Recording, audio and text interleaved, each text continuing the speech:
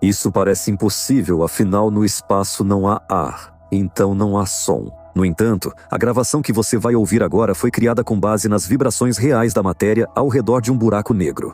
Isso não é música nem fantasia dos cientistas. Esses são dados reais, convertidos para a faixa audível. O resultado foi tão incomum que muitos o compararam ao som de um filme de terror.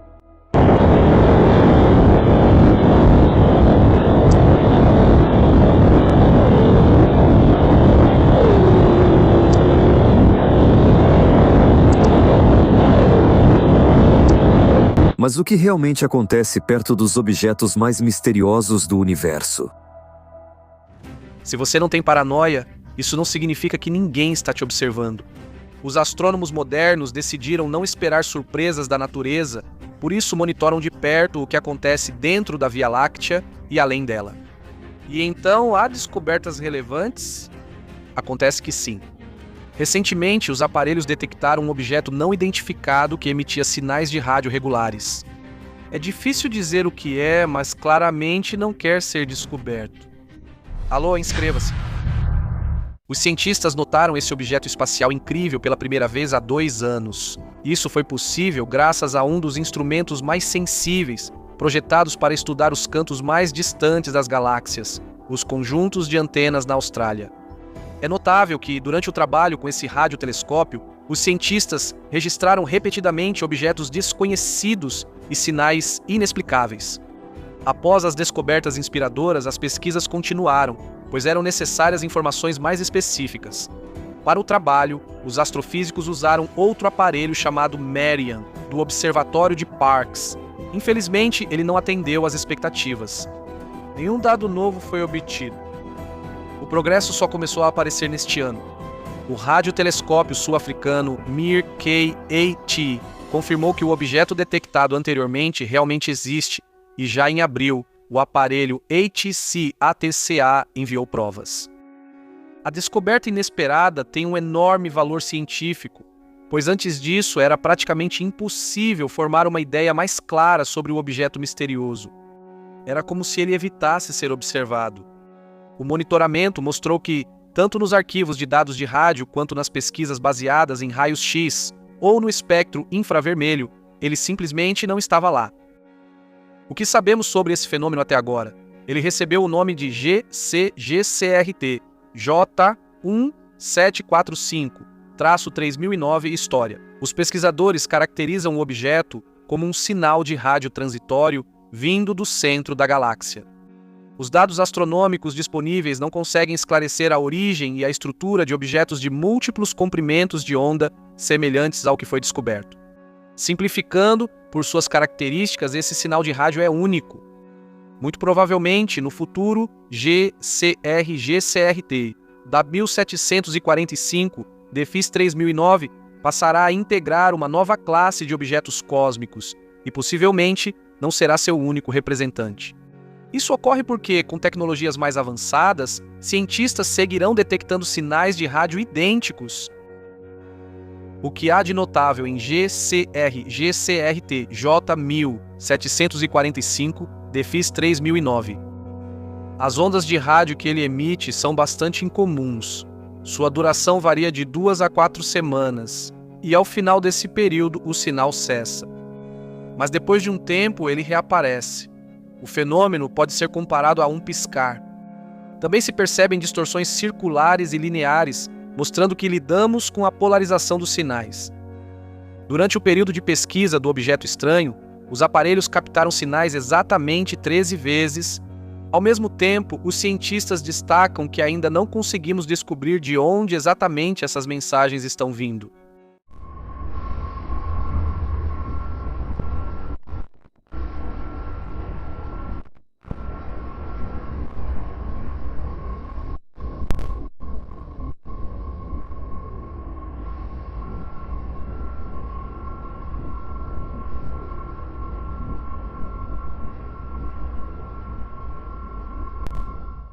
Sabe-se apenas que não é um pulsar, já que possui campo magnético muito forte. Inicialmente, essa hipótese parecia bastante plausível, mas pesquisas posteriores a refutaram. Então, com o que estamos lidando? Sabe-se que objetos no universo diferem pelo comprimento das ondas de rádio. As estrelas de alguns sistemas binários estão a uma pequena distância uma da outra. Se o GCRT, J1000, 745-3009 fosse um desses corpos celestes, os cientistas teriam conseguido detectá-lo muito antes. O objeto também não pode ser classificado como supernova, já que suas propriedades são muito diferentes. Assim, a classificação segue indefinida. O espaço é um lugar imprevisível e nos últimos anos foram encontradas lá várias coisas muito incomuns. Por exemplo, o telescópio Hubble recentemente registrou imagens de uma região da nebulosa chamada Herbig-Haro, mais especificamente de um de seus objetos, o HH-111. Ele foi registrado por câmeras sensíveis a um amplo espectro de ondas. A formação do setor Herbig-Haro foi favorecida por estrelas jovens com alta atividade que às vezes liberam gases ionizados com temperaturas muito altas. Por causa disso, os átomos perdem seus elétrons e passam para um estado eletricamente carregado. O que acontece depois? O gás ionizado colide com as nuvens interestelares, compostas por outros gases e pequenas partículas. Esses processos ocorrem perto de estrelas jovens e acontecem em velocidades inimagináveis. O que a análise das informações obtidas nos mostra? Dessa forma, os cientistas conseguiram descobrir como surgiu a região dos objetos Herbig-Haro, além de registrar fenômenos cuja duração de vida é extremamente curta, apenas alguns milhares de anos. Se analisarmos cuidadosamente as imagens dessas nebulosas, podemos notar como elas se movem a grande velocidade através das nuvens de gás, afastando-se da estrela principal. Durante vários anos, são observadas mudanças significativas nessas regiões. Por exemplo, em determinados locais, o brilho é muito maior do que nas outras áreas. Uma das câmeras do telescópio Hubble possui alta sensibilidade, por isso é capaz de registrar até mesmo pequenas ondas, que não podem ser observadas a olho nu. Como se sabe, em Herbig-Haro há objetos de alta luminosidade, mas os processos neles são difíceis de avaliar e acompanhar, porque a visão é encoberta por uma névoa de poeira impenetrável.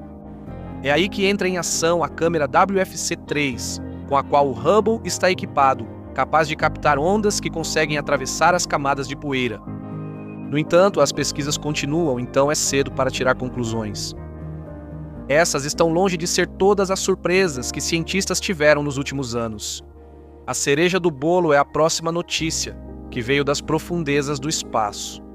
Em 2019 surgiu a primeira imagem dos limites de um buraco negro supermassivo obtida pelo telescópio Novos Horizontes. Sabe-se que o objeto está a 3 milhões de anos-luz de nós, na enorme galáxia elíptica M87. Desde que as fotos do buraco negro foram obtidas, os cientistas intensificaram ainda mais as pesquisas. Podemos reconstruir a cronologia dos acontecimentos? 92 dias após o início das observações, foi feita aquela famosa, embora bastante borrada, foto do buraco negro. Mas essas descobertas marcantes não param por aí. Os astrônomos conseguiram obter uma imagem da radiação polarizada do disco de acreção. Após uma análise cuidadosa dos dados, os pesquisadores passaram a ter uma ideia mais clara do que acontece com o campo magnético nas proximidades do buraco negro. As informações obtidas têm um significado muito maior do que a própria imagem do buraco negro. Afinal, ninguém jamais chegou tão perto dela antes. Foram esses dados únicos que permitiram examinar com mais detalhes o processo de acreção dos corpos. Por exemplo, recentemente os astrofísicos receberam informações valiosas de vários grupos de pesquisa. A informação dizia respeito a um fluxo poderoso que emergia das profundezas de um buraco negro. Os cientistas ainda não conseguem compreender totalmente a essência dos processos em curso, mas isso permite ajustar as teorias existentes. Mas vamos deixar de lado as teorias científicas. O que essa informação traz para uma pessoa comum? Anteriormente, acreditava-se que a probabilidade de formação de um buraco negro ativo tão enorme perto da Via Láctea era extremamente baixa, mas isso acabou acontecendo. Além disso, perto da M87 há um jato de energia bem definido, localizado ao longo do eixo de rotação do buraco negro. Isso leva os cientistas a se perguntarem: as propriedades do campo magnético dos buracos negros são diferentes ou a culpa é de um erro causado por efeitos ópticos que de fato tornam o fluxo imparável invisível. E essas estão longe de ser todas as descobertas incríveis que ainda nos esperam na exploração espacial.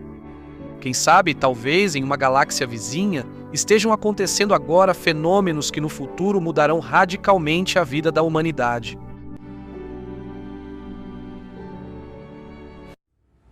Segundo a lenda, quando Albert Einstein conheceu Charlie Chaplin, ele lhe disse: "Você se tornará um grande homem. Nos seus filmes, você não diz uma palavra, mas o mundo inteiro entende você." Chaplin respondeu: "Eu admiro você ainda mais. Ninguém no mundo entende sua teoria da relatividade, mas mesmo assim você se tornou um grande homem." Não se sabe ao certo se essa conversa realmente aconteceu, mas é possível concordar com ela. A teoria da relatividade de Einstein é uma das coisas mais abrangentes e difíceis de entender que a mente humana já criou. Ela fornece respostas para muitas das questões mais importantes sobre movimento, espaço e tempo, mas será que ela é perfeita? Não. Na teoria da relatividade também existem seus próprios paradoxos, e um deles é o chamado paradoxo dos gêmeos. E para entendê-lo, teremos que viajar ao espaço e voltar. Você está pronto? Vamos lá. Então, vamos imaginar dois gêmeos, e seus nomes, por exemplo, serão Tolia e Kolya.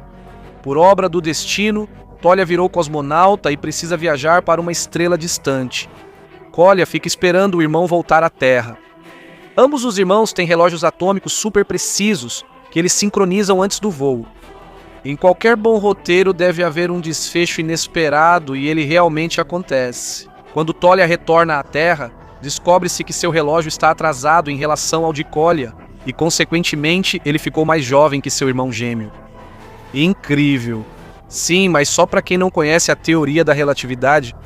Então, como é possível, em princípio, que um cosmonauta fazendo uma viagem intergaláctica envelheça menos do que seu irmão que ficou na Terra e acabe ficando mais jovem que ele? A questão é que o tempo não é o mesmo para todos. Ele é relativo e passa de maneira diferente para aqueles que se movem em velocidades diferentes. Quanto mais rápido um objeto se move, mais lento o tempo passa para ele. Essa relatividade é muito fácil de sentir, por exemplo, quando você está em um trem e seu trem cruza com outro que vem em sua direção na linha ao lado. Nesse momento, você sente claramente que está parado e que apenas o trem ao lado está se movendo, e ainda por cima em alta velocidade. Mas no trem ao lado também há pessoas, e para elas, é você quem passa por elas fazendo um barulho enorme enquanto elas estão paradas. É aqui que chegamos ao paradoxo dos gêmeos. Devido à relatividade, o cosmonauta sente que está parado e a Terra é que se afasta dele. Já vimos isso várias vezes em filmes de ficção científica e é realmente assim. Lembre-se do nosso trem. Quando você está viajando nele, você está parado, sentado ou deitado. E em relação a você, é a paisagem fora da janela que se move. Você mesmo está imóvel. Então, se o cosmonauta está imóvel e o mundo se move ao redor dele, é ele quem deveria envelhecer? Afinal, quem ficou na Terra estava em movimento enquanto o cosmonauta estava parado. Mas então, quando os dois irmãos se encontrarem, vai parecer que cada um deles é o irmão mais velho. Mas isso é um absurdo. É exatamente nisso que consiste o chamado paradoxo dos gêmeos, que na época deu muita dor de cabeça para Einstein e foi ativamente usado pelos críticos da sua teoria. Mas será que isso é realmente um paradoxo? Como já mencionamos antes, um dos principais postulados da teoria da relatividade afirma que quanto mais rápido um objeto se move, mais o tempo se dilata para ele. E isso já foi comprovado várias vezes. Além disso, o experimento com dois relógios realmente foi realizado apenas na Terra. Relógios atômicos colocados a bordo de um avião supersônico mostraram um pequeno atraso em relação aos relógios sincronizados que ficaram em solo. Mas na Terra, o atraso tem valores puramente simbólicos e nós não conseguimos percebê-lo. Ele também não conseguirá ficar mais jovem que Kolya, mesmo que passe anos no céu em velocidades supersônicas. Mas como é a situação no espaço, onde estamos lidando com escalas completamente diferentes de distância e velocidade? O paradoxo dos gêmeos tem várias interpretações e explicações. Uma delas envolve a aceleração que o foguete desenvolve no espaço. Um dos irmãos, Tolia, experimenta a aceleração enquanto viaja pelos vastos espaços cósmicos. E o outro irmão, Kolya, está em um sistema estacionário, ou seja, na Terra. Ao mesmo tempo, para cada irmão, o tempo não passa de forma especial. Tolia, estando em aceleração, quando o tempo dele passa mais devagar, não percebe isso. Os irmãos só podem sentir a diferença em relação um ao outro. A gente ainda não deixou vocês muito confusos? Esperem, essa está longe de ser a única interpretação do paradoxo. E há quem diga que a aceleração aqui não tem nada a ver com isso. Vamos fazer mais um experimento mental no estilo do Einstein. Vamos imaginar que existem 3 observadores em movimento constante e nenhum deles está acelerando. Vamos chamá-los de A, B e V. O observador A está em repouso na Terra. O observador B move-se em direção a uma estrela distante a velocidade constante sem aceleração. O observador V está do lado oposto, e nesse caso ele está à mesma distância da estrela que a Terra. O observador A vê como B se afasta e como V se aproxima. Mas apesar de A estar firmemente parado no sistema estacionário, os 3 estão se movendo uns em relação aos outros. Serão todos os 3. Como é possível igualar algo estacionário e algo em movimento? Aqui podemos usar a equação da relatividade para obter a seguinte fórmula. O tempo em movimento será igual ao tempo estacionário dividido por gama. Gama é amplamente usada na teoria da relatividade como um indicador da relação de velocidade entre 2 observadores, e ela sempre é maior ou igual a 1. Usando essa equação, veremos que o tempo experimentado por 2 observadores em movimento passará mais rápido do que para quem está na Terra. Aqui está a prova matemática das formas efêmeras de matéria. Mas você mesmo nunca sentiu isso? A pessoa em movimento realmente sente que não passou tanto tempo assim em comparação com quem estava em repouso. Mas como isso acontece? A questão não é a aceleração, pois isso já foi concluído com um experimento mental. Voltando aos nossos observadores, podemos considerar que o observador A está em um sistema de referência estacionário, enquanto os observadores B e B estão em 2 sistemas diferentes, B se afastando e B se aproximando. Independentemente de qual observador analisarmos, para cada um, os outros 2 estarão ao mesmo tempo em 2 sistemas de referência, um se afastando e outro se aproximando. A relatividade funciona assim, o mundo parece diferente para cada pessoa. Se sairmos desse esquema e adicionarmos um 4º observador, G, que observa de fora o movimento de A, B e B, veremos que para G, o observador A ainda tem uma velocidade única e constante, enquanto B e B têm 2 velocidades diferentes, como já foi demonstrado pela fórmula acima. Mas e quanto à aceleração? No nosso experimento não houve aceleração. Isso significa que ela não desempenha um papel significativo? Sim. Há apenas uma coisa importante. Estamos comparando o tempo que uma pessoa viveu em um sistema com o tempo vivido em 2 sistemas ao mesmo tempo. A aceleração, que obviamente é necessária para uma pessoa se mover entre as estrelas, aqui é um fator incidental. Só importam o tempo, a distância e a velocidade. Então, o que acharam da nossa pequena viagem pelo mundo complexo, mas por isso mesmo muito atraente do tempo e do espaço? Talvez essa imersão tenha gerado mais perguntas do que respostas, mas esse é o caminho árduo da ciência, pelo qual temos o prazer de ser seus guias. A velocidade da luz é de cerca de 299.792.458 metros por segundo, um valor bastante preciso, não é mesmo? Mas como chegamos a esse valor? De acordo com os cálculos de Olaf Hammer, a velocidade da luz é de 220.000 km por segundo. Meio século depois, em 1728, a descoberta da aberração permitiu a James Bradley confirmar que a velocidade da luz é finita e refinar sua estimativa. O valor obtido por James Bradley foi de 308.000 km por segundo. A medição mais precisa da velocidade da luz foi realizada em 1975 com base no metro padrão. De acordo com essa medição, a velocidade da luz é de 299.792.458 metros por segundo. Pode-se dizer que essa é a velocidade mais alta do universo, mas será que podemos alcançá-la? Em teoria, para sequer chegar perto dessa velocidade, nossa nave teria que não ter massa alguma. Ou seja, temos aqui um paradoxo. Para acelerar até a velocidade da luz, nós não deveríamos existir fisicamente. A velocidade da luz pode parecer enorme, mas levando em conta a distância entre os objetos cósmicos, ela já não impressiona tanto. Além disso, ela parece até modesta se comparada às ambições humanas de viajar rapidamente de um ponto a outro do universo. Claro, a luz pode dar a volta na Terra 7,5 vezes em um segundo, mas até mesmo a luz tem seus limites. Ao conversar com uma pessoa que está a 1 metro de distância de você, você a vê 3,3 nanosegundos no passado.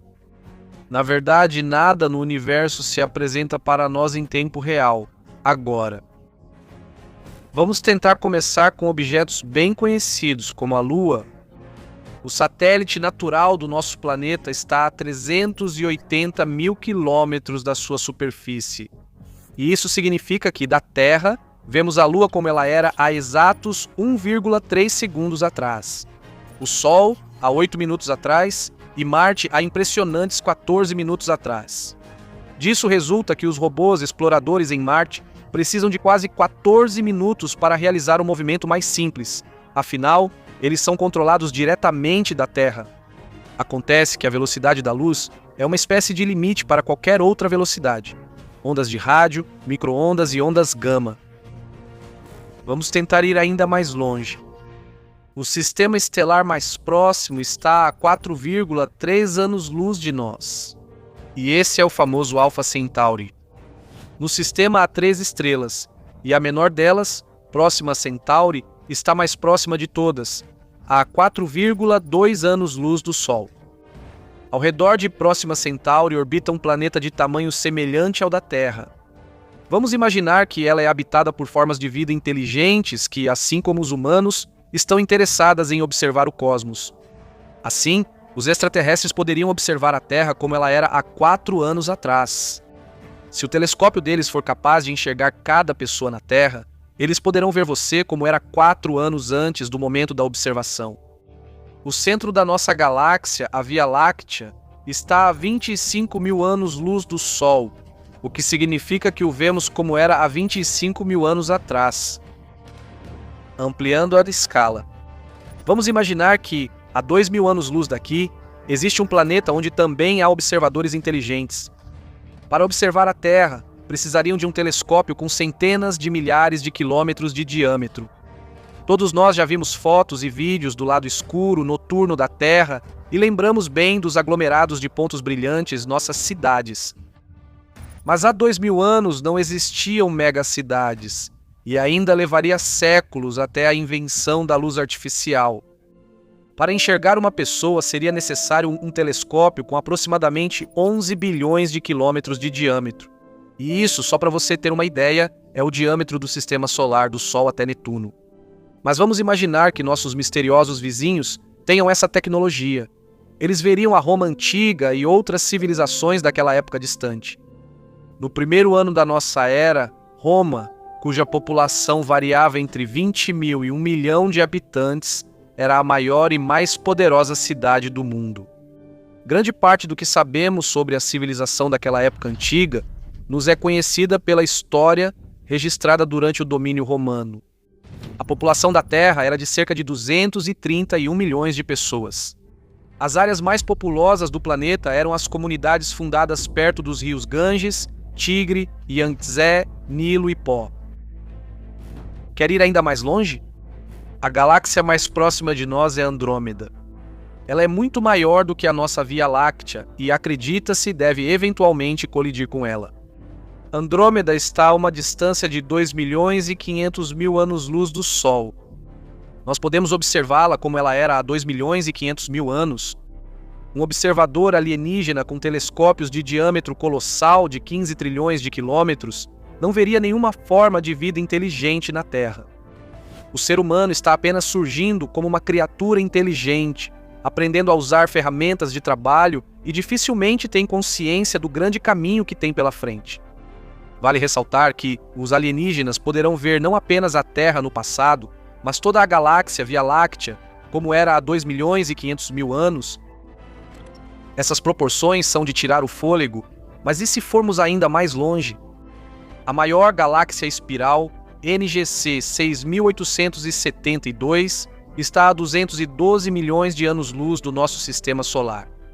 O diâmetro do telescópio teria que ser realmente fantástico, cerca de 1 quatrilhão de quilômetros ou 132 anos-luz. O que os observadores verão desta vez? Bem, em primeiro lugar, eles não verão os contornos familiares dos continentes terrestres que todos nós conhecemos. Em vez deles, existia apenas um supercontinente chamado Pangeia, que muito mais tarde se dividiria em Laurásia e Gondwana, separados pelo Oceano Tétis. Ambos os supercontinentes continuariam a se fragmentar em partes menores e suas colisões levariam a uma intensa formação de montanhas. O resultado da pressão da África sobre a Europa será a formação dos Alpes, e a colisão da Índia com a Ásia criará o Himalaia. Além disso, a maioria dos habitantes da Terra que eles verão já está extinta há muito tempo. O período Jurássico foi o florescimento das florestas. As chuvas abundantes favoreceram a expansão da flora não só no oceano, mas também na superfície. As florestas densas eram compostas principalmente por samambaias verdadeiras e plantas gimnospermas. A classe das gimnospermas cicas sobrevive até os dias de hoje. Hoje, representantes jurássicos da flora vivem em florestas úmidas semelhantes às equatoriais. Quanto mais distantes de nós estiverem os observadores, mais profundamente no passado do nosso planeta eles serão obrigados a olhar. Como você pode entender, o mesmo se aplica a nós, caso queiramos observá-los. Para entender a colossalidade de todas essas escalas, vamos usar o Voyager 1, uma nave espacial que carrega a bordo um disco de ouro com uma mensagem para a vida extraterrestre. Nela estão gravadas saudações em 55 idiomas, vozes de pessoas, música clássica e sons da natureza, fotos de pessoas e da Terra. Na placa estão armazenadas as coordenadas da Terra e do Sistema Solar, além de esquemas da emissão do átomo de hidrogênio. Em setembro de 2013, a NASA anunciou que Voyager 1 havia cruzado a fronteira do Sistema Solar. Ele se tornou a primeira nave a entrar no espaço interestelar. Atualmente, a nave está a mais de 20 bilhões de quilômetros da Terra. Segundo cientistas, o combustível deve durar mais 10 anos. Após isso, o contato com a Terra será perdido. Mas vamos imaginar que o combustível dure por um tempo infinitamente longo e que o próprio Voyager 1 siga diretamente para a próxima Centauri. Esse trajeto levaria 40 mil anos, considerando que a sonda não se move à velocidade da luz, mas sim a apenas 17 km por segundo, ou seja, 60 mil km por hora. As escalas cósmicas realmente podem impressionar. E mesmo que a escuridão do desconhecido no espaço possa assustar, a humanidade deve buscar sem medo maneiras de acelerar suas sondas espaciais. Claro, se estamos vinculando nosso futuro ao desbravamento de outros mundos. Ao se deparar com essa vastidão cósmica, o ser humano percebe o quanto sabe pouco sobre o mundo ao seu redor, o quanto ainda há de desconhecido no universo, coisas que ainda estão por ser descobertas. Porque as leis do universo funcionam exatamente assim e não de outra forma. Porque o simples fato de termos órgãos dos sentidos parece uma ironia diante das distâncias possíveis no cosmos. Claro, é possível viver simplesmente sem pensar em nada disso. O mundo se torna compreensível e ordenado. Mas basta pensar nos fenômenos incríveis que acontecem ao nosso redor e muito além da Terra, que as paredes familiares desmoronam e nós cruzamos o limite do comum. Todos sabem que a velocidade da luz no vácuo é a velocidade máxima de qualquer movimento no universo. Essa velocidade é de quase 300 mil km por segundo e é exatamente com essa velocidade que as partículas de luz, os fótons, se movem. Nada pode se mover mais rápido que a luz em nosso universo, porque isso contrariaria não apenas a teoria da relatividade, mas também as próprias leis do tempo. Para um objeto que atingisse uma velocidade superior à da luz, o tempo literalmente começaria a andar para trás. Mas e se eu dissesse a você que existem partículas hipotéticas cuja velocidade não só ultrapassa a da luz, mas para as quais o tempo literalmente flui ao contrário? Além disso, a existência delas se encaixa perfeitamente na teoria especial da relatividade e não a contradiz. Como isso é possível? Vamos descobrir hoje. Então, vamos falar sobre os táquions, partículas hipotéticas que têm a capacidade de atingir velocidades superiores à da luz. A própria possibilidade da existência dessas partículas foi proposta pela primeira vez por Robert Ehrlich e Arnold Sommerfeld, independentemente um do outro. O próprio termo táquion vem do grego, onde tati significa rápido, e foi proposto por Gerald Feinberg em 1967. A teoria dos táquions possui sua própria terminologia. Por exemplo, as partículas que se movem a velocidades inferiores à da luz, ou seja, todas as partículas do nosso universo, exceto os fótons, são chamadas de tárdions. Já os fótons nessa teoria receberam o nome de luxons. De onde surgiu a própria hipótese sobre a possibilidade da existência dos táquions? Nas ciências naturais, frequentemente se pensa pelo caminho inverso. É possível provar que os táquions não existem? Não. Mas como eles podem existir se isso contradiz a teoria da relatividade e até mesmo o bom senso? Como sabemos, objetos que possuem massa não podem se mover à velocidade da luz. Por que isso acontece? Lembra da famosa fórmula I é igual a m multiplicado por c ao quadrado? Essa fórmula da teoria da relatividade relaciona a energia necessária para o movimento com a massa e a velocidade do objeto. Assim, para que algo com massa atinja a velocidade da luz, a energia necessária teria que ser infinita, o que criaria uma série de paradoxos. As únicas partículas no universo que podem se mover na velocidade da luz são, é claro, a própria luz, cujos fótons não têm massa. Mas como os táquions, mesmo que hipoteticamente, poderiam ultrapassar a velocidade da luz se o máximo de velocidade no universo só é alcançado por partículas que não têm massa? Se a massa dos fótons é igual a zero, então, isso significa que os táquions têm massa negativa? Parece incrível, mas é justamente essa a direção que os cientistas consideram. Eles sugeriram que os táquions podem possuir a chamada massa imaginária. O que isso significa? No sentido literal, massa imaginária é o grau ou medida de lentidão de uma substância, e não de aceleração, como estamos acostumados. Para voar mais rápido que a velocidade da luz, é preciso introduzir o conceito de medida negativa de inércia. É aí que entra o táquion com sua massa imaginária. Essa massa não desacelera a partícula, mas sim a acelera. Por isso, a velocidade superluminal do táquion pode ser parcialmente explicada pela massa imaginária. As estranhezas dos táquions não param por aí. Se partículas normais aceleram ao ganhar energia e desaceleram ao perdê-la, com os táquions é exatamente o contrário. Eles devem desacelerar ao ganhar energia e acelerar ao perdê-la. Isso leva ao problema dos táquions carregados, pois partículas carregadas que se movem em velocidades superiores à da luz liberam energia na forma de radiação de Cherenkov. Também é chamado de radiação de Cherenkov ou radiação Vavilov-Cherenkov.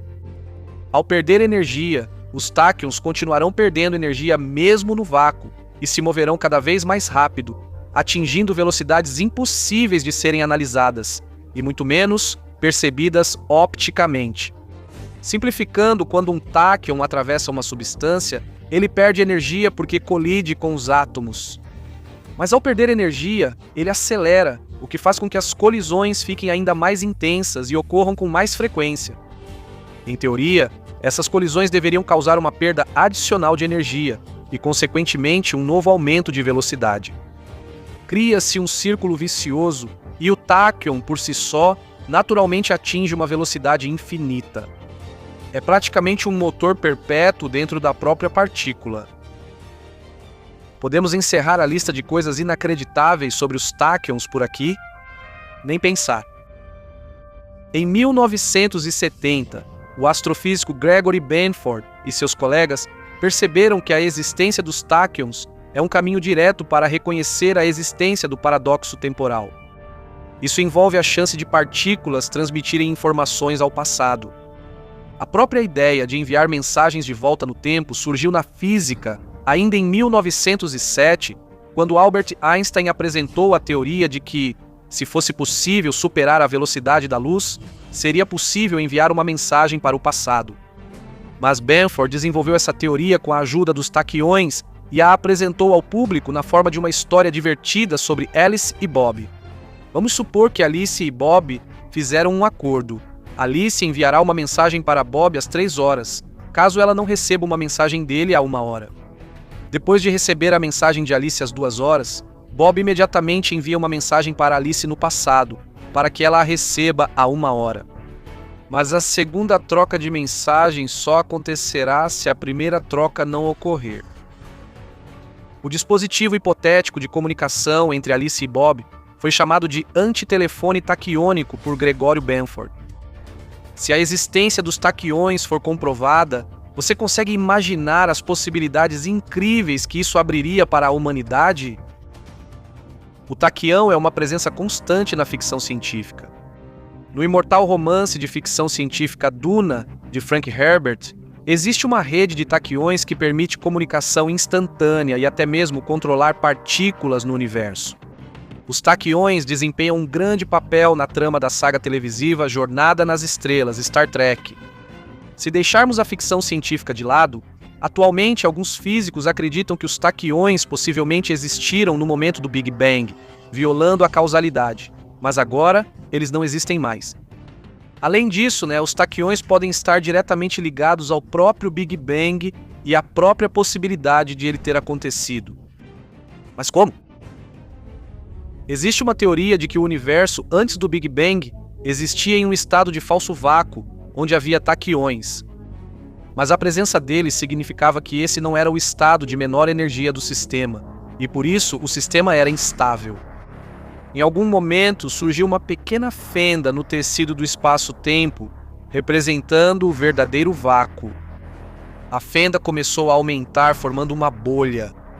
Fora da bolha, os taquions ainda existiam, mas dentro dela eles não estavam presentes. À medida que a bolha crescia, surgiu aquele universo que conhecemos, um universo sem taquions. Esse foi o Big Bang. Então, os taquions podem existir, mas em algum lugar fora do nosso universo? Quem sabe? A busca por essas partículas misteriosas não para nem por um instante, mas até agora não trouxe resultados positivos. Em 2011, quando cientistas do CERN realizaram um experimento chamado Opera, relacionado ao estudo das oscilações de neutrinos, parecia que a solução estava muito próxima. Durante o experimento, aconteceu algo inacreditável. Os cientistas afirmaram que haviam detectado partículas que atingiam velocidades superiores à da luz. No entanto, infelizmente, logo ficou claro que as partículas misteriosas não eram taquiões, mas apenas resultado de imprecisões e erros no sistema de sincronização. Então, será que existe na natureza a mais misteriosa de todas as partículas? Será que conseguiremos obter uma resposta para essa pergunta em breve? Tudo é possível. A ciência está avançando a passos largos. E muitas coisas que eram apenas hipotéticas e pareciam ficção científica, com o tempo foram comprovadas e se tornaram fatos incontestáveis. Uma coisa pode ser dita com certeza: a possibilidade de descobrir táquions e, mais importante ainda, encontrar uma maneira de interagir com essas partículas é o caminho para aquele futuro que, por enquanto, só podemos ver nas páginas dos romances de ficção científica. O que você acha? Qual seria o orçamento necessário para se tornar o primeiro turista espacial em Marte? 10 bilhões de dólares. É exatamente com essa quantia, segundo Elon Musk, que você poderá facilmente deixar os limites do nosso imenso planeta. Mas você sabia que tem a chance de ver as belezas de Marte e ouvir como ele soa sem sair da Terra? Nos últimos anos, a humanidade avançou muito. No dia 17 de março, a NASA publicou uma gravação de áudio feita em 7 de março, com a ajuda de um microfone instalado no rover, e ela dura impressionantes 16 minutos. Nós já ouvimos o som do vento marciano, e agora podemos analisar o ruído que o próprio rover faz ao se mover em Marte, onde ele percorreu pouco mais de 27 metros. E isso é realmente muito curioso, pois além do rangido das esteiras do rover marciano, a gravação também captou batidas e toques bastante interessantes. No site SoundCloud foram disponibilizadas 2 versões da gravação, a completa e um trecho de 90 segundos no qual ruídos externos foram suprimidos com o uso de filtros. Ouça você mesmo.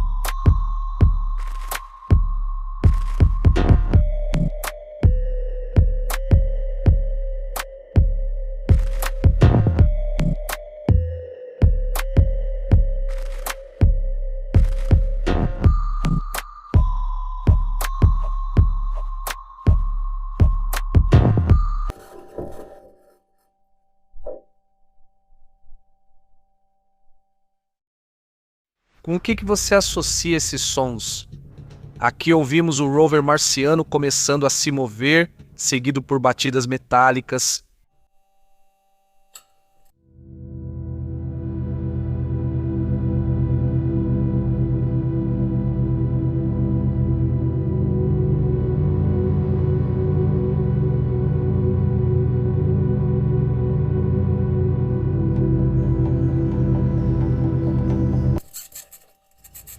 O som de batidas ocorre em outras partes da gravação.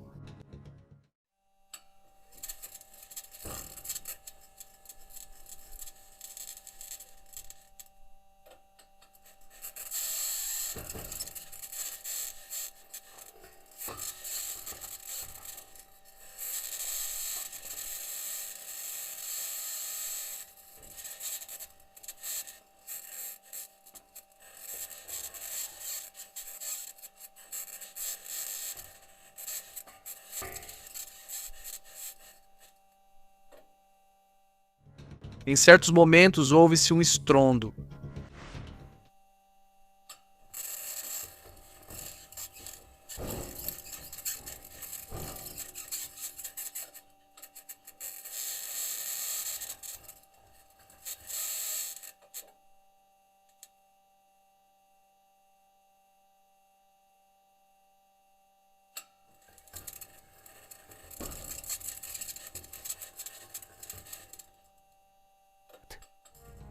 Não parece que os marcianos atacaram o Perseverance e estão tentando arrombá-lo?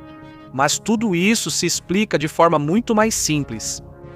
Muitas pessoas, ao verem a imagem do rover, não percebem que as rodas são de metal. Quando você anda com essas rodas sobre pedras, na verdade é muito barulhento. Comentou Vandy Verma, engenheiro sênior da NASA no sul da Califórnia e motorista do Perseverance. Por que as gravações do Perseverance são importantes para nós? O Perseverance é o primeiro rover marciano que conseguiu gravar e transmitir com sucesso sons de Marte, já que as tentativas anteriores falharam. Microfones foram instalados no rover Mars Polar Lander, que caiu durante o pouso na superfície de Marte, assim como na sonda Phoenix, que, apesar de ter pousado com sucesso, não conseguiu fazer gravações devido a problemas eletrônicos. Mas isso não é tudo. As câmeras do rover também capturaram um verdadeiro redemoinho de poeira marciano, que também é chamado de diabo de poeira.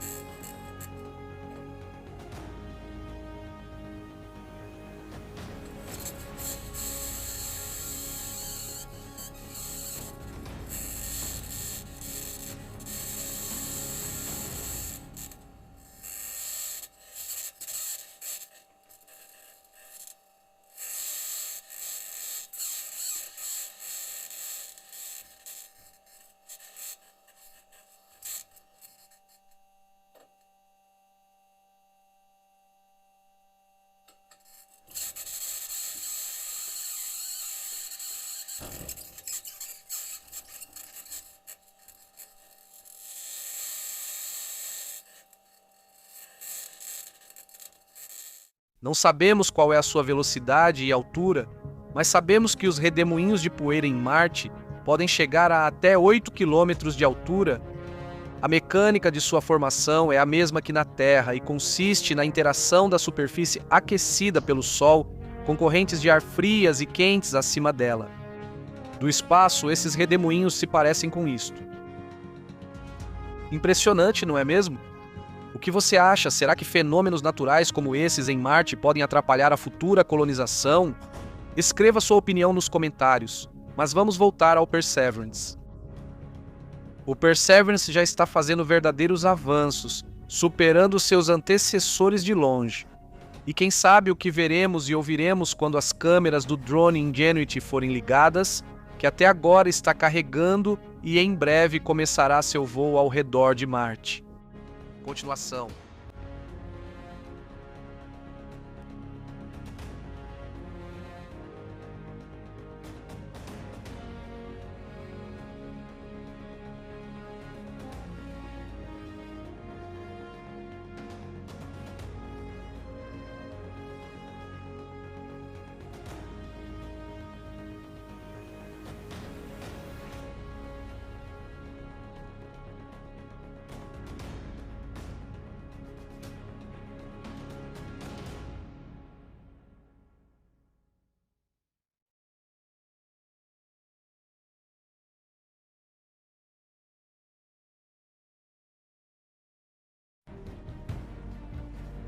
Quanto mais vídeos sobre temas espaciais eu crio, mais me impressiono com a complexidade e o mistério das leis. Responda o que você acha sobre a pergunta simples: é possível olhar além do horizonte? Claro, afinal basta avançar um pouco e veremos o que está escondido além dele. No planeta do Pequeno Príncipe isso é ainda mais fácil. Se quiser, no asteroide B612 é possível assistir ao pôr do sol várias dezenas de vezes por dia. Para isso, basta mover a cadeira mais perto do horizonte. Mas o fenômeno sobre o qual vamos falar agora não pertence à categoria de obstáculos facilmente superáveis. Na verdade, é impossível superá-lo. Vamos falar sobre o horizonte de eventos de um buraco negro. Vamos começar com a terminologia. O que é o horizonte de eventos? É uma hipersuperfície tridimensional que envolve as proximidades do monstro cósmico. Essa linha imaginária pode muito bem ser chamada de ponto sem retorno ou passagem só de ida, pois tudo o que está além desse limite se perde para o observador para sempre. Até mesmo os fótons de luz super rápidos. Um objeto ou ser vivo que cair nesse redemoinho infernal, mais cedo ou mais tarde, chegará ao ponto de singularidade bem no centro do buraco negro. Mas provavelmente o objeto não chegará inteiro e intacto ao destino final. Antes disso, ele será despedaçado por uma força gravitacional inacreditável sem igual em todo o universo. Por que achamos que há uma singularidade lá? Afinal, ninguém sabe exatamente o que há em um buraco negro. A própria natureza mantém isso em segredo, protegido pelas implacáveis leis da física. Mas a humanidade continua fazendo suposições que poderiam ser confirmadas por uma viagem além do horizonte de eventos e de volta. Será que isso é possível? Primeiro vamos entender a origem dos buracos negros. Sobre isso, os astrofísicos sabem com certeza. Essas formações massivas acabam se transformando em estrelas muito pesadas, que vivem uma vida muito rápida em termos cósmicos. Quem é realmente um candidato a virar um buraco negro no futuro? É uma estrela que consome seu combustível em dezenas de milhões, e não bilhões de anos, e reúne em si várias centenas de massas solares. Quando o hidrogênio se esgota, megatoneladas de matéria estelar se comprimem instantaneamente sob uma gravidade infernal. Essas estrelas, que consomem seu combustível como tochas, gerando explosões enormes e se comprimindo tanto que as partículas das antigas estrelas se fundem. Algumas delas se tornam estrelas de nêutrons. Mas objetos especialmente densos e pesados se transformam em monstros invisíveis do universo. Eles são tão massivos que literalmente afundam através do tecido do espaço, criando uma depressão ou funil. Qualquer corpo pode, teoricamente, virar um buraco negro. até mesmo o Sol ou a Terra. Por exemplo, para que nosso planeta se transforme em um ímã invisível, seu raio, mantendo o mesmo peso, deveria ser de 1 centímetro, e para o Sol, esse valor seria de 3 quilômetros. A compressão crítica de um corpo é chamada raio de Schwarzschild. E agora, voltando à pergunta feita no início do vídeo, vamos perguntar mais uma vez: é possível escapar do abraço nada acolhedor dos buracos negros? A física é inflexível nessa questão. Para escapar de qualquer corpo, é necessário atingir a velocidade de escape. Para a Terra, isso é 11 km por segundo. Para o Sol, são 617,7 km por segundo.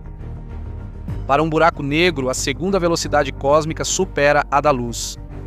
E como se sabe, alcançar isso é impossível. Vamos encerrar a conversa? Já que não se pode sair do horizonte de eventos, é melhor aceitar isso. Mas nós somos persistentes, então vamos tentar ir mais fundo. E se tentarmos amarrar algum objeto com um cabo incrivelmente resistente à nave e baixar esse objeto na escuridão total do buraco negro? Ou usar um elevador para isso? Seria possível recuperar o objeto como uma sonda naval trazida das profundezas do oceano? Parece algo simples, não é? Ele mergulharia, exploraria as vastidões da armadilha universal e finalmente satisfaria a intensa curiosidade da humanidade. Preciso decepcioná-los, mas não é assim neste universo. O cenário mais provável em uma situação dessas é a espaguetificação gradual e o arrastamento para a escuridão do buraco, não só do objeto preso ao cabo, mas também da própria nave. E tudo isso inevitavelmente será atraído para o Santo dos Santos, a região da singularidade, o ponto de início e fim de tudo. Aqui, o tamanho do buraco não importa. O princípio do não retorno se aplica a todos os tipos de buracos. E o que aconteceria se uma pessoa, estando bem na beira do horizonte de eventos, tentasse mergulhar apenas a mão ou a perna no abismo desse buraco assustador? Seria possível trazê-la de volta na hora? De jeito nenhum. Como já foi dito, tudo o que cai nas garras do buraco nunca mais volta. Resta torcer pela misericórdia do astronauta ao lado, que vai cortar o membro do corajoso antes que ele seja sugado completamente. E quanto à declaração otimista de Stephen Hawking, que incentivava a não desistir, afirmando que até mesmo desse caixão cósmico existe uma saída, ela existe. Na verdade, não é como gostaríamos. O fato que pode consolar um pouco o viajante que caiu em um buraco negro é que ele não é eterno, graças à física quântica. A vida útil dessa formação mortal é enorme, mas tudo um dia chega ao fim. Na verdade, é preciso considerar que o horizonte de eventos existirá até os últimos milissegundos da vida do buraco negro, até o momento em que sua massa se tornar zero. E é aqui que acontecerá a libertação. Stephen Hawking afirmava que, nas horas da decomposição final do buraco negro, a voragem se livra das informações desnecessárias. Ela cospe joules na forma de radiação, e a potência do grito final da criatura cósmica pode chegar a 5 milhões de megatons em equivalente de TNT. A informação que o buraco emitirá durante sua agonia inclui também aquela que contém dados sobre os corpos que um dia caíram nas entranhas do monstro. Isso se assemelha às urnas de um columbário. As cinzas contêm fragmentos de informações da pessoa cremada, mas não têm mais utilidade. Embora, do ponto de vista da física, essa explicação extravagante resolva o paradoxo da transformação da energia e sua imortalidade. É uma pena que ninguém possa admirar um evento tão impressionante, pois até lá já não haverá nenhuma estrela ou outra fonte de luz no universo. Se no momento da morte do último buraco negro alguém de nós pudesse ver isso, a cena seria impressionante. Em meio à escuridão total e ao vazio, que duraram 10 elevado à centésima potência de anos, de repente ocorreria um clarão ofuscante, o último raio de luz no cosmos. E então, a explosão silenciosa da armadilha negra finalmente libertaria aqueles que um dia caíram imprudentemente em suas garras. Assim, existe uma saída do abraço de um buraco negro, mas essa informação, em termos práticos, é pouco útil para nós. embora seja vívida e interessante para criar imagens. A conclusão é óbvia. Até que a humanidade adquira conhecimento suficiente e aperfeiçoe a tecnologia, é melhor não se aproximar dos buracos negros, mas admirar esses objetos assustadores de longe com as lentes dos telescópios. O universo é extremamente traiçoeiro. Toda vez que esses caras chegam perto de entender as leis do universo, mesmo que seja só uma polegada, ele imediatamente os afasta uns 30 metros, trazendo mais uma surpresa. Afinal, nós, seres humanos, sempre sonhamos em estudar algo novo, algo desconhecido. Costumamos perceber seu significado em escala microscópica. E se analisarmos o problema de forma mais ampla, e se tudo o que vimos já tivesse acontecido antes, qual será o destino da humanidade se de repente o universo morrer? Algo vai restar no lugar? Ou o mundo será engolido pelo vazio morto? As maiores mentes da humanidade em diferentes épocas refletiram sobre isso. No final do século XIX, Friedrich Nietzsche, conhecido por sua visão nada trivial sobre a existência, certa vez, caminhando pelo jardim, chegou a uma conclusão estranha. O infinito é bastante frutífero. Seu tempo não é limitado, por isso a eternidade é capaz de gerar inúmeras repetições. Seres, eventos, fenômenos. Na opinião do excêntrico filósofo, o infinito pode até criar clones da consciência humana. A ideia depois recebeu apoio entusiasmado do físico Ludwig Boltzmann. Vamos pausar um minuto esse fluxo confuso de pensamentos. Vamos nos afastar das especulações filosóficas e voltar nossa atenção para a questão do ponto final da existência, para o qual nosso macromundo caminha gradualmente, embora muito lentamente. Para que falar sobre renascimento se no final tudo vai perecer e se transformar em vazio?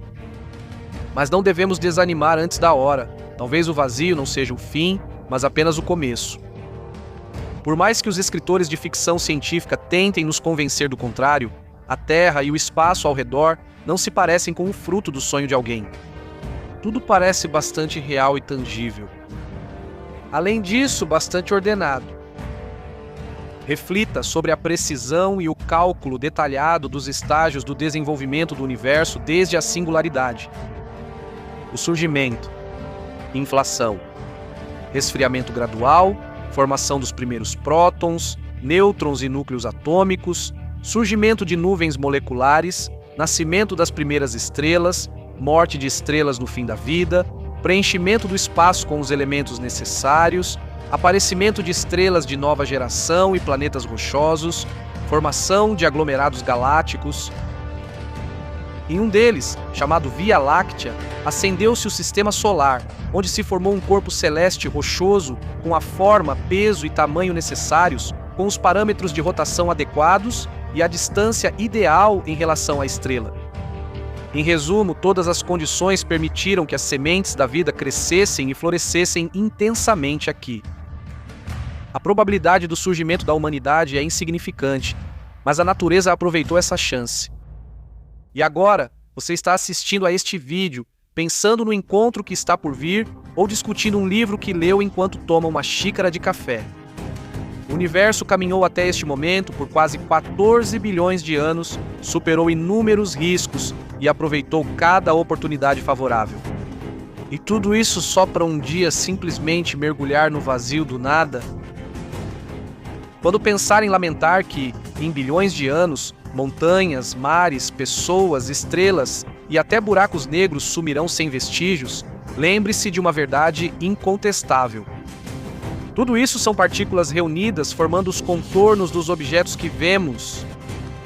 E elas, como peças de Lego espalhadas por uma criança inquieta, podem do caos se reunir novamente em algo semelhante ou em inúmeras formas diferentes. Agora vamos voltar a Ludwig Boltzmann e a sua teoria. O sentido dela é que qualquer sistema fechado tende ao aumento gradual da desordem, ou seja, ao surgimento do caos e da entropia, ao desvio das condições ideais em direção às reais. Mas então, por que o universo parece tão bem planejado? A essa questão, Boltzmann respondeu: O mundo como um todo não é nada além de uma flutuação, uma pilha de livros empilhada ao acaso na bagunça de uma biblioteca. Então, o caos é capaz de gerar algo de valor a partir de uma completa confusão? Logo após o surgimento dessa teoria, ninguém a levou a sério. E só décadas depois surgiu a lei da flutuação quântica do vácuo. Dela decorre que nenhum vazio pode ser tão estéril a ponto de, em algum momento, não reunir um grupo de partículas. O universo dispõe da eternidade. Nesse período, os átomos passarão várias vezes por cada célula do vácuo. Milhões de vezes eles se organizarão em vários algoritmos e estruturas. E, no final das contas, talvez surjam análogos da galáxia Via Láctea, do planeta Terra, clones de pessoas, objetos, enfim, de quem ou do que for. Então Nietzsche, caminhando entre as cerejeiras, não estava longe da verdade? Um objeto especialmente interessante, sobre o qual surgiram discussões nesse tipo de reflexão, é o cérebro de Boltzmann. Muitas vezes foi levantada a questão: a consciência seria autêntica se tentássemos carregá-la em algum meio digital? Ainda não conseguimos responder a essa pergunta. Mas que um emaranhado ordenado de neurônios possa se formar a partir do vácuo, mesmo que leve milhões de anos, isso parece um completo absurdo. O cérebro de Boltzmann é um objeto hipoteticamente possível. Ele é resultado de um conjunto de partículas que se reuniu ao longo de bilhões de anos. Além disso, a formação autônoma é capaz de perceber sua própria existência. É difícil acreditar nisso, mas o surgimento de um conglomerado inteligente desse tipo, do ponto de vista científico, é mais provável do que o aparecimento de um ser humano, através de um longo processo evolutivo. Além disso, é possível que a sua consciência, que parece única, seja apenas uma cópia, que já surgiu no mundo centenas de bilhões de vezes. Portanto, levando em conta a idade do universo e o total desconhecimento de suas leis, considerar-se a fonte original é, no mínimo, presunçoso. Um objeto como o cérebro de Boltzmann, em teoria, pode surgir no vácuo de Sitter uma vez a cada 10, elevado a 10 elevado a 50 anos. O modelo de William de Sitter se destaca por um vácuo preenchido por inúmeras partículas, e não vazio. Então esqueça o vazio. Para aqueles que não querem ser uma cópia vergonhosa, mas exigem ser elevados ao status de original, foi criada uma teoria em oposição à anterior. Quando nosso mundo entrar na era da escuridão eterna, o vácuo sofrerá um decaimento prematuro e o cérebro de Boltzmann simplesmente não terá tempo de se formar. Se pararmos de nos iludir com a nossa própria unicidade e tentarmos olhar para o problema da existência sob outro ângulo, a ideia do surgimento do cérebro de Boltzmann empurra a humanidade para o abismo do solipsismo. Esse é um idealismo extremamente subjetivo, cujos adeptos acreditam que apenas a consciência é real. Todo o resto é apenas uma criação dela. De qualquer forma, ninguém sabe disso com certeza, mas a probabilidade de que, após a morte do nosso mundo, tudo se repita muitas vezes em diferentes combinações, em vez de desaparecer para sempre, traz esperança. E esse fato traz esperança independentemente de como o universo termine. Tanto em caso de colisão com outro mundo igualmente gigantesco, quanto na realização do cenário da morte térmica, ou no caso da grande ruptura, com a decomposição gradual em partículas. A teoria da clonagem contínua só não funciona se o nosso universo for uma simulação de computador. Nada impede o criador dela de nos desconectar da rede para sempre. Afinal, as pessoas às vezes saem da conta de jogos como GTA San Andreas, Dota ou Stalker. Mas isso são fantasias vazias no estilo da REM-TV, não é verdade? Já o canal Hubble acredita em tudo e ao mesmo tempo questiona tudo. Estamos abertos a discutir problemas e respeitamos sua opinião. Entrem, debatam, e pela quantidade de curtidas é fácil saber se os temas abordados do canal não são entediantes demais. O universo é complexo e multifacetado. Nela existem muitas coisas incompreensíveis e às vezes até francamente sem sentido. Ou que parecem assim para uma pessoa não iniciada. Hoje vamos falar sobre números, mas não os comuns aos quais estamos acostumados, e sim sobre números praticamente impossíveis. A matemática é uma ciência que não tolera aproximações. Ao mesmo tempo, nela coexistem o número irracional p e o símbolo do infinito, o 8 deitado. Além dos números bem conhecidos, embora enormes, existe um que está além da imaginação humana. Por quê? A imaginação das pessoas é realmente tão limitada? De jeito nenhum. Simplesmente imaginar esse número fisicamente é impossível. Um número que uma vez entrou para o livro dos recordes do Guinness foi nomeado em homenagem ao matemático Ronald Graham. O mundo ficou sabendo dele em 1977, quando o cientista criou uma solução não trivial para um problema complexo envolvendo um hipercubo relacionado ao campo da combinatória. O conjunto de números apresentado como prova do teoria de Ramsey acabou sendo o limite superior dos números, que já foram usados em exemplos matemáticos. O objetivo desses números não é escrevê-los até cansar a mão. O valor deles deve corresponder a alguma quantidade. Alguns conjuntos realmente são muito grandes, mas nenhum deles se compara ao número de Graham, abstrato e implacável. Antes de falar sobre ele em detalhes, vale a pena mencionar brevemente aquelas quantidades que a imaginação humana ainda consegue conceber. Os grandes números a seguir não são apenas símbolos aleatórios, mas têm relação com um grupo ou área específica. Normalmente, eles aparecem como números elevados a uma potência. Esse método é prático e fácil de entender e escrever. Vamos mencionar primeiro os milhões e bilhões, cuja representação é conhecida por praticamente todos. Por exemplo, quem não gostaria de ganhar um prêmio de 1 milhão na loteria? Ou quem não sabe que a Terra tem 7 bilhões de habitantes? Todo mundo já ouviu falar sobre as 100 bilhões de estrelas que brilham na Via Láctea? Ou sobre o mesmo número de neurônios no cérebro humano? É relativamente fácil imaginar uma imagem quantitativa envolvendo 1 milhão ou até mesmo 1 bilhão. Eles geralmente são escritos como um número com expoente, 10 elevado a 6 e 10 elevado a 9. Depois vem as potências de 10 com expoentes maiores. 10 elevado a 12ª trilhão, 10 elevado a 15ª quadrilhão, 10 elevado a 18ª quintilhão. Mas até esses números enormes têm equivalentes reais. Por exemplo, 1 trilhão de peixes vive nos oceanos da Terra, onde cerca de 1 quintilhão de metros cúbicos de água se agitam livremente. E pelas margens rastejam 1 quatrilhão de formigas. Mas isso é só o aquecimento. Agora começa a parte realmente difícil de imaginar. Sextilhão universal. 10 sextilhões. Universal. 10 elevado a 21 é o número aproximado de estrelas no macrocosmo observável. De qualquer forma, os astrônomos concordaram com esse número, estabelecendo que esse é o valor mínimo.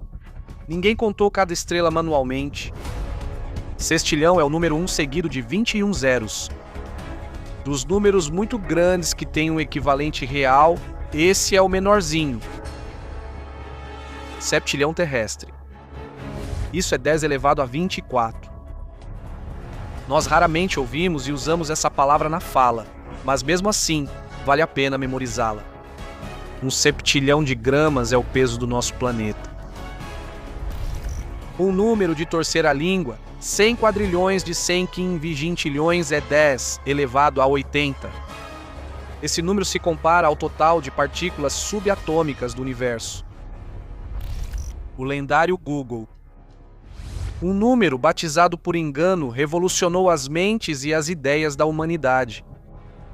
A unidade com 100 zeros se cercou de lendas, e seu criador demorou muito para encontrar uma aplicação técnica adequada para essa acumulação numérica.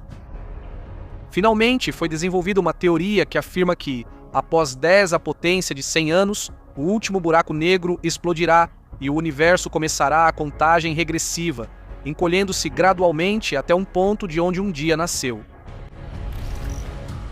Visitando Plancks.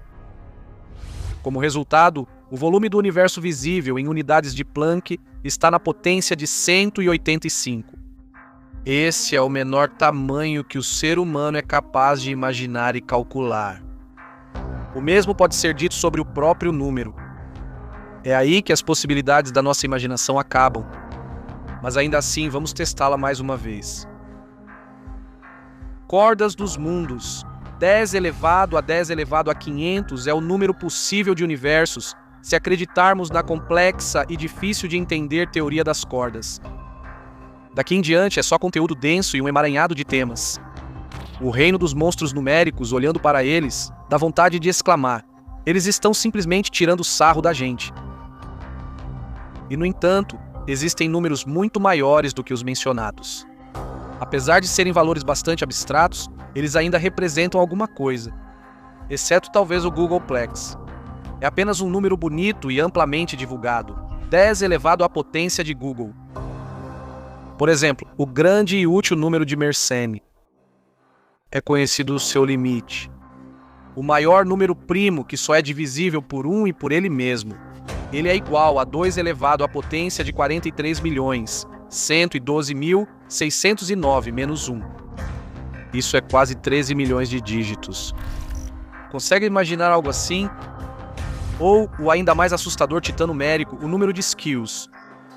Ele representa o limite superior para um problema matemático, e é igual a 10 elevado a 10 elevado a 10, ou seja, 10 elevado a 10 elevado a 10 elevado a 963. E, em comparação com ele, até mesmo o Googleplex fica muito atrás.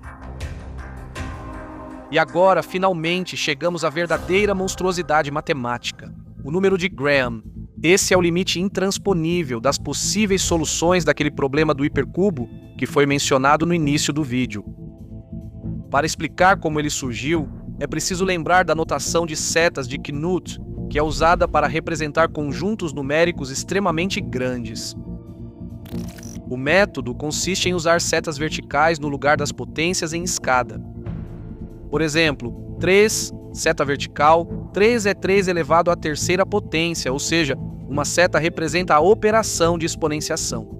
Em seguida, ao adicionar mais um 3 duas setas, 3 a expressão ficará assim: 3 elevado a 3 elevado à terceira potência, ou seja, 3 na 27ª potência, ou seja, 7 trilhões, ou 7 trilhões, 625 bilhões, 597 milhões, 484.987. Você vai dizer que isso nem é tanto assim. Espere, em breve serão 100 vezes mais. Por exemplo, 3 setas. 3 ou G1 forma uma torre de 3 com altura de 7 trilhões de unidades. Se você estender essa trilha no espaço, ela facilmente alcançará Marte. Note que não é o número em si, mas apenas a pilha de potências. Apenas 5 números 3 desse tipo de torre cobrem completamente o Googleplex, e os primeiros 10 centímetros dessa monstruosa pilha deixam todos os computadores existentes na Terra perplexos. Depois disso, há apenas o vazio e a ignorância. Agora teremos que conviver com isso. As setinhas se multiplicam até 100 ou mais. A torre de potências cresce, mas isso ainda é G1. Depois vem o G2, onde a quantidade de setas de Knut será equivalente ao número G1 e assim por diante, em camadas. Cada camada anterior tem o mesmo número de setas da próxima. Há 64 desses G no número de Graham. Se você espera ver mais um septilhão de sextilhões como resultado, vai se decepcionar. Esse monstro não tem uma representação numérica. Ele é representado por uma fórmula. G é igual a F à 64ª potência, entre parênteses 4, onde F de N é 3, seta vertical para cima, a potência N, 3. Não faz sentido calcular tudo isso e também não é seguro. Você pode facilmente acabar em um hospício como o geógrafo de O Bezerro de Ouro. Para entender, vamos fazer uma analogia, mas também é melhor não imaginá-la ativamente. O número de Graham não caberia nem mesmo em 10 elevado à potência de 500 multiversos, mesmo que numerássemos cada partícula. Às vezes, essa loucura numérica parece mais filosófica do que matemática. Como se fosse uma matriz isolada na qual os números vivem independentemente de nós, além da compreensão humana. Mas a matemática desse pesadelo ético ainda assim tem um final. Aqui estão os 10 últimos dígitos desse número de explodir a cabeça: 24, 64, 24, 64, 19, 53, 87. Decore e compartilhe, pode chegar aos seus netos. Vamos revelar o segredo. A primeira nem o próprio Graham sabe. Se ainda assim decidir calcular os primeiros dígitos, saiba que dificilmente conseguirá, pois o cálculo será interrompido logo no início pela contração do universo. Depois de tudo o que foi dito, muitos vão se perguntar: quem precisa disso? Por que calcular o limite superior da variabilidade dos segmentos coloridos de um hipercubo mítico? Mas não tome decisões precipitadas.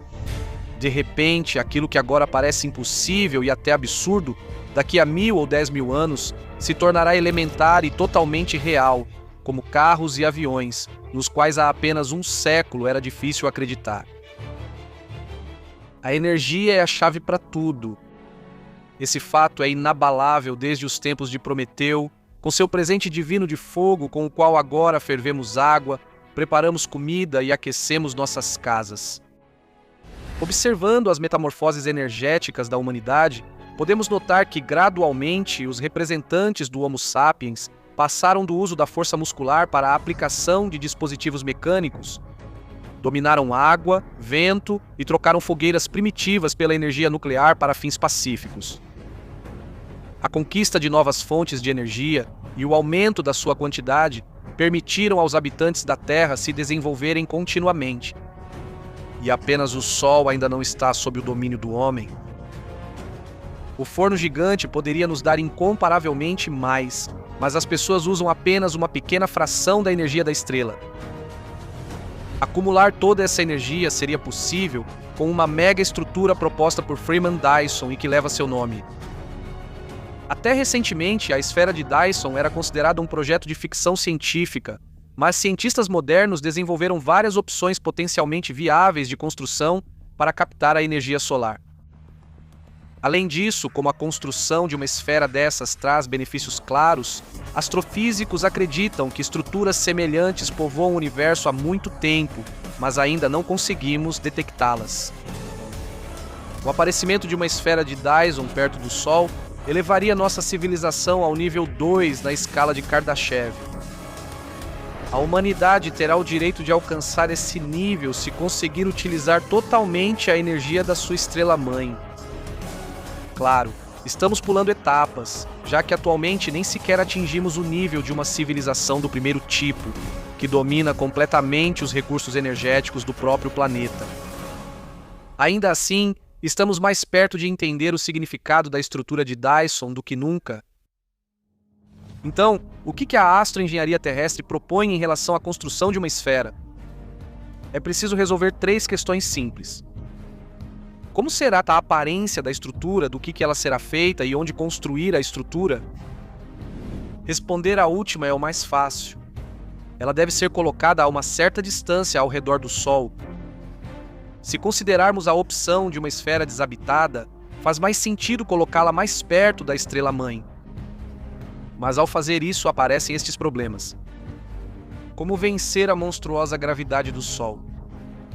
Como proteger a estrutura contra ataques energéticos do nosso astro? Como proteger a esfera contra danos de ejeções de massa coronal? Para resolver essas questões, é necessário escolher materiais super resistentes e ao mesmo tempo leves, além de garantir um sistema de resfriamento sem precedentes. O local mais ideal para posicionar a esfera é dentro da órbita de Mercúrio, ou seja, nesse caso, seu raio será de cerca de 23 milhões de quilômetros. Estando a essa distância, a estrutura não vai cair na superfície da estrela e, se for montada corretamente, vai coletar a quantidade máxima de energia. Mas há desvantagens nesse esquema. Se fizermos uma mega estrutura sólida, a estabilidade dos planetas do Sistema Solar será comprometida, e isso colocará em risco a existência da vida em geral. Daí surge a segunda pergunta: como deve ser o design da estrutura? Construir uma esfera sólida perto de uma estrela só seria possível se fosse em um sistema alheio. No seu sistema, pense em outra solução.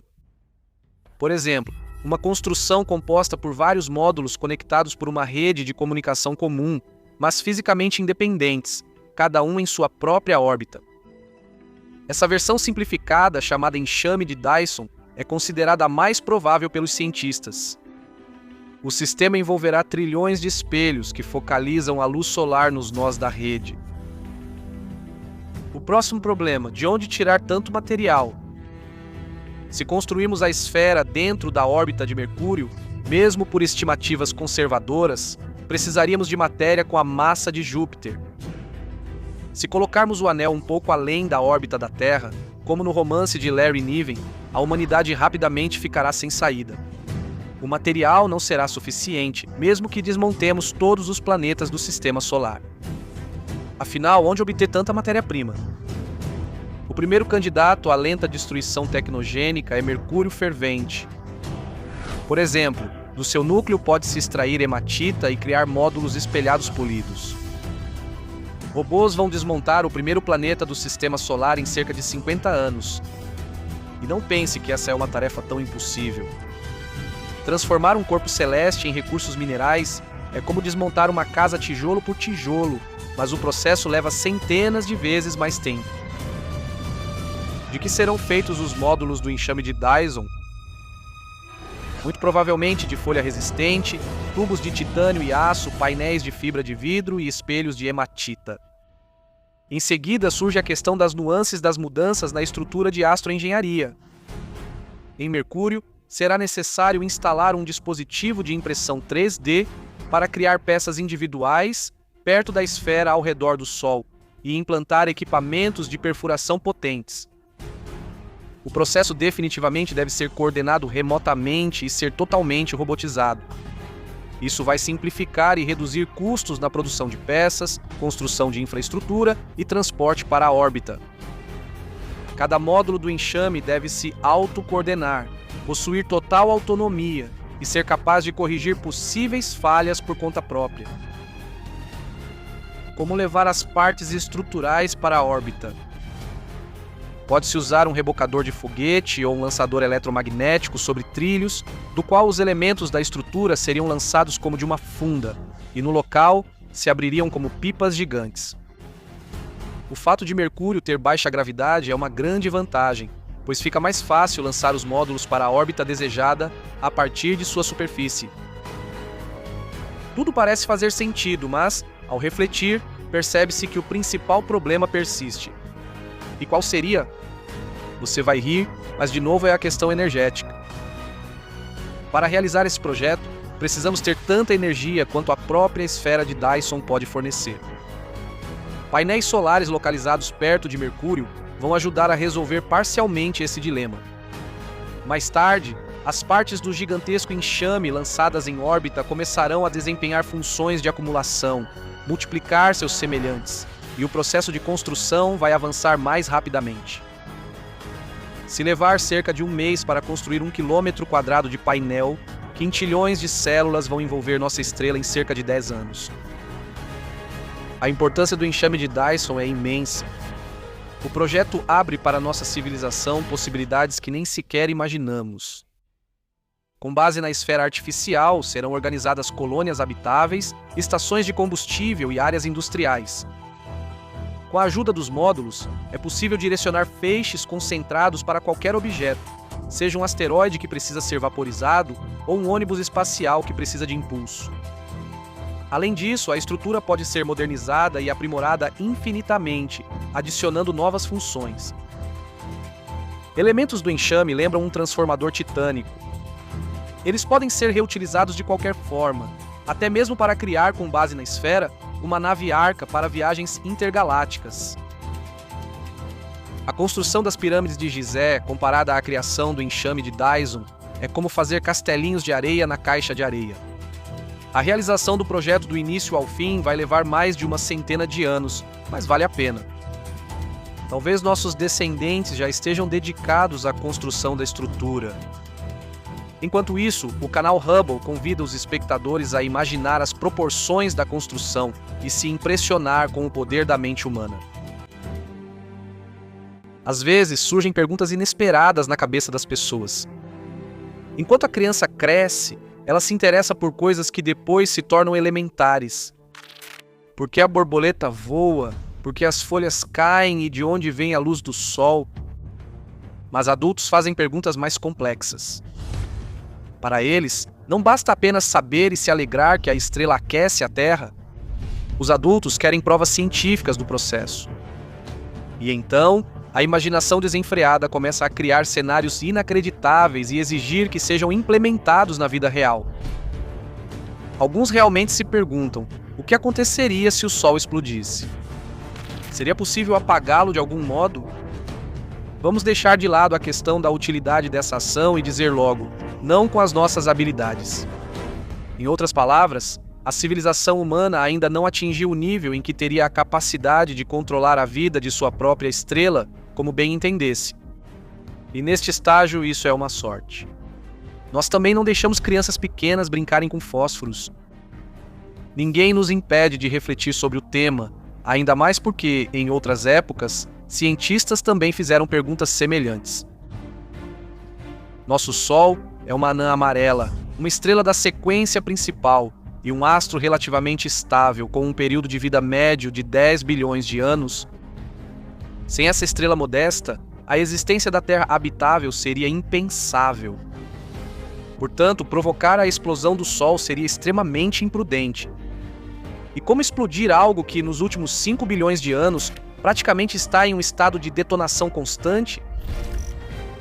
Astrofísicos alemães da Sociedade Max Planck já tentaram descobrir, há 12 anos, porque algumas estrelas explodem em vez de simplesmente se apagarem sozinhas. Para isso, eles usaram um computador poderoso para simular e sistematizaram materiais de observação relacionados ao surgimento de supernovas. Quando Ewald Müller e Wolfgang Hilbrand tentavam entender por que ocorre a colossal explosão que acende as brilhantes velas das supernovas, surgiam muitas dificuldades durante a explicação. A modelagem computacional da detonação mostrava que a estrela ativava um mecanismo de autorregulação, evitando a explosão e permitindo que ela apenas se apagasse. Depois, ao incluir dados antes não considerados, o processo mesmo simplificado foi analisado detalhadamente. Uma coisa ficou clara: não importa o tipo de estrela que exploda, algo deve provocar a detonação. A aproximação da massa crítica, reações nucleares descontroladas, uma queda brusca na adição de gases, colapso instantâneo do núcleo ou tudo isso junto. De que maneira a humanidade pode influenciar o Sol? No momento é até engraçado falar sobre isso. Se analisarmos o arsenal nuclear do planeta, fica fácil perceber. O mais poderoso que podemos oferecer ao astro são as ogivas termonucleares. Vamos supor que nossas naves, por algum milagre, consigam levar algumas bombas Tsar de 50 megatons até a superfície do Sol, superando sem obstáculos sua coroa, cuja temperatura chega a 1 milhão de graus Celsius. O que essas pequenas explosões nos trariam? Como o Sol tem até 20 ejeções de plasma diárias somando mais de 1 bilhão de megatons, as tentativas humanas se comparam a uma formiga nas costas de um elefante. E se fizermos de outra maneira, já que conseguimos passar com sucesso pela mortal coroa solar, talvez possamos ousar e colocar o detonador dentro da estrela? E de novo erramos. Se o cenário impossível acontecer, o mecanismo de estabilização do Sol não permitirá nem mesmo a menor falha. Quando algo assim acontece por causas naturais, a estrela imediatamente ativa a autorregulação térmica e a situação se normaliza instantaneamente. Senão, o Sol não teria durado 5 bilhões de anos. O mesmo ocorreria com a detonação de bombas terrestres. Nossa estrela, uma criação impressionante do cosmos, sem a qual a vida na Terra seria impossível. Por isso, a própria ideia de sua destruição é absurda. Além disso, ela é ridícula. Afinal, não temos nada para opor a uma tocha gigantesca com um diâmetro de 1.392.000 quilômetros que queima 700 bilhões de toneladas de hidrogênio a cada segundo. Com uma perda de matéria tão ativa, o Sol já deveria ter se apagado há muito tempo, mas algum processo mantém esse forno gigante funcionando por muito tempo. O que é isso, afinal? São reações termonucleares que ocorrem no núcleo da estrela e constantemente a abastecem com energia. Então, estamos pensando em explodir uma bomba na superfície de uma bomba? Absurdo, não é mesmo? Mas a detonação não é a única opção para destruir uma estrela. E se usarmos outros métodos e apagarmos o Sol para sempre? Basicamente, para que nossa estrela se apague, é preciso ou resfriá-la, ou interromper as reações termonucleares em seu núcleo. A segunda opção ocorrerá naturalmente em 4 ou 5 bilhões de anos, quando acabar a transformação de hidrogênio em hélio. Mas o Sol pode ser artificialmente resfriado, por exemplo, ampliando artificialmente sua área ao aproximar dela uma estrela de nêutrons vizinha. Então o Sol teria que dividir sua matéria com ela e gradualmente se tornaria uma anã branca apagada. Existe ainda um outro método extravagante: tentar regar o Sol com uma mangueira titânica. Apesar de não ser só uma opção fantasiosa, é totalmente inútil. A água vai evaporar na coroa, sem deixar vestígios ou chegar à estrela. Afinal, ninguém em sã consciência regaria o complexo de mísseis Satã com um regador de jardim. Mas acontece que não foi só na nossa cabeça que surgiu essa ideia maluca. Astrofísicos abordaram essa ideia de forma científica e descobriram o seguinte: se despejarmos sobre uma estrela um volume de água equivalente a 70 massas solares, o efeito será completamente oposto. O astro não só não se apagará, já que nele não ocorrem os mesmos processos que mantêm o fogo aceso na Terra, mas ficará ainda mais intenso, aumentando em 1/3 de tamanho e tornando-se 6 vezes mais brilhante. É realmente um caso de o tiro saiu pela culatra. Para finalizar, mais um método. Deixando de lado explosões e resfriamento, foquemos na colisão do Sol com grandes corpos celestes. O candidato mais provável em nosso sistema é Júpiter. Comparado ao Sol, ele é muito pequeno, mas é curioso pensar como uma colisão dessas afetaria a estrela. Se não levarmos em conta a confusão específica que Júpiter causaria ao atravessar as órbitas dos planetas internos, as consequências não seriam tão graves, a ponto de explodir ou apagar a estrela. Na verdade, o brilho do Sol pode até aumentar. A energia cinética que Júpiter transmite ao atingir a estrela dificilmente fará isso parecer uma pedrinha atirada num pântano. No impacto, não serão só gases leves que vão se chocar. Por exemplo, o núcleo de ferro do gigante é 3 vezes maior que a Terra. De todo modo, a estrela não vai apagar nem explodir. As consequências para o planeta em um cataclismo assim são difíceis de prever. De qualquer jeito, a ideia de destruir o Sol é uma tremenda besteira. É como cortar o galho onde você está sentado. Pode guardar o calmante e finalmente sair do bunker. Afinal, é improvável destruirmos o Sol nos próximos milênios. Na Terra, várias vezes nasceram pessoas tão intelectualmente desenvolvidas e progressistas que parecia até que vieram do futuro. Um desses gênios foi Nikola Tesla. Também sempre existiram pessoas que, por motivos egoístas, eram capazes de fazer qualquer ideia cair no esquecimento. Mesmo que essa ideia pudesse permitir à humanidade dar um salto tecnológico instantâneo. Nikola Tesla deu ao mundo inúmeras descobertas. Previu o surgimento dos robôs, demonstrou um experimento de transmissão sem fio de eletricidade e inventou o chamado raio da morte.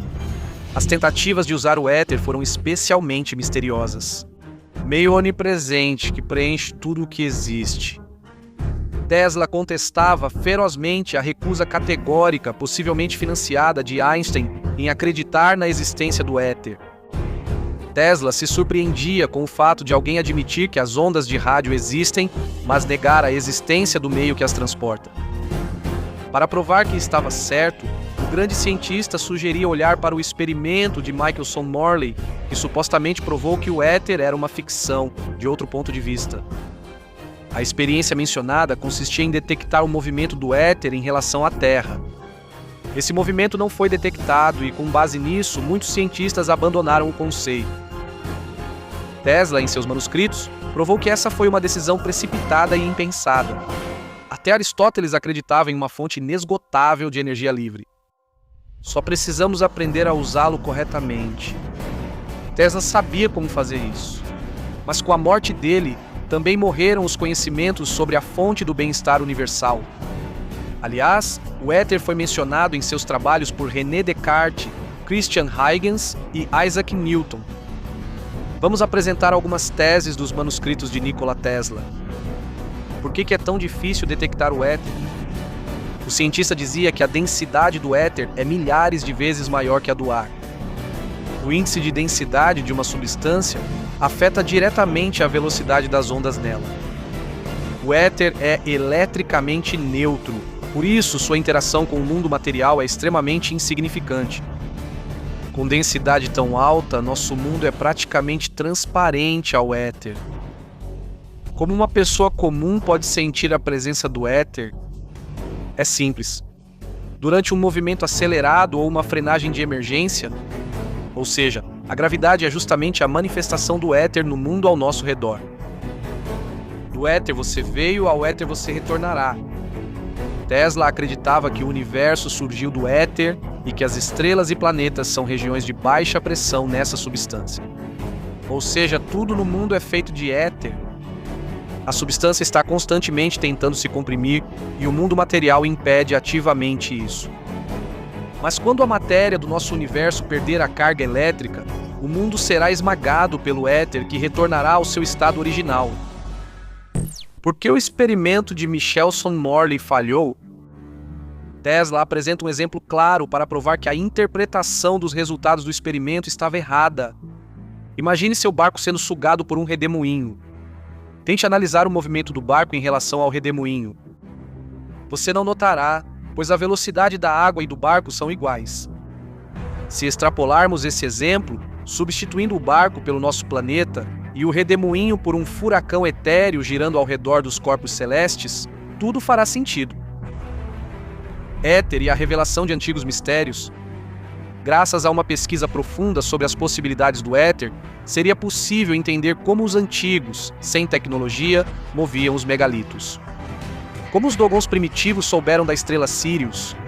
Com a ajuda de que os egípcios construíram e decoraram as famosas pirâmides? E muito mais da categoria do inexplicável. E agora a principal pergunta: por que é proibido mencionar o éter? Ainda hoje esses cientistas são muito ridicularizados pelos colegas. A perseguição começou no início do século XX. As pesquisas foram interrompidas de repente. Foram criados inúmeros obstáculos artificiais, incluindo cortes de pessoal, fechamento de laboratórios e negação de concessão de patentes. Começou um trabalho de propaganda para desacreditar o éter, como fonte de energia eterna e gratuita. Poderia parecer ilógico, afinal, isso é a possibilidade de criar um motor perpétuo, o sonho da humanidade.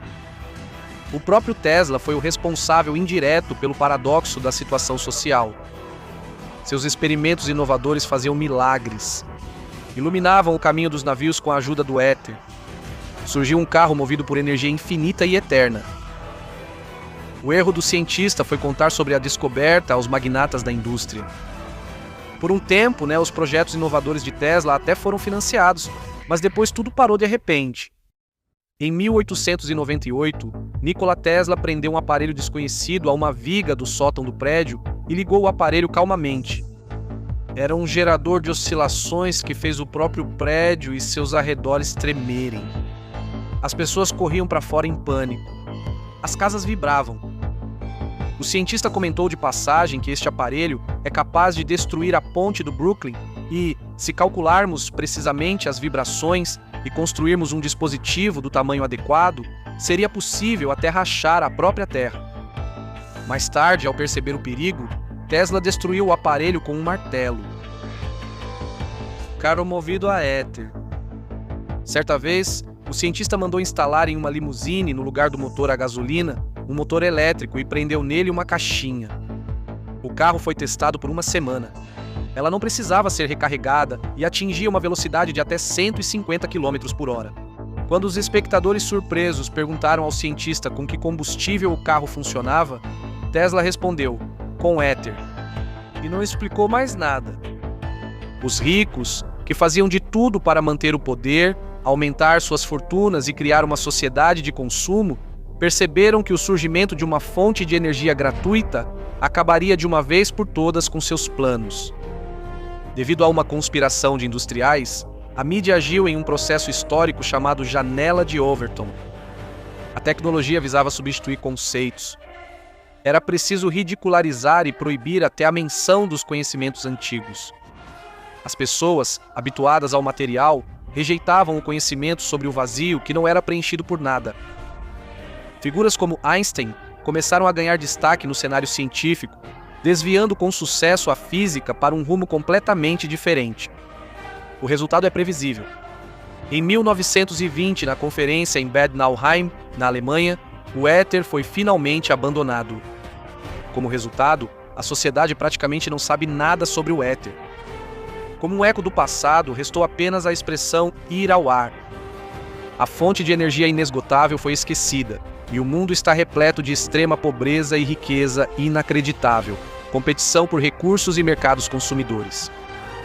Tudo isso é artificialmente explicado pela mídia com o conceito de crise, embora seja uma luta básica por liderança e uma concorrência desleal. Esperamos que chegue o dia em que o mundo se lembre do éter. O mais importante é que não seja tarde demais.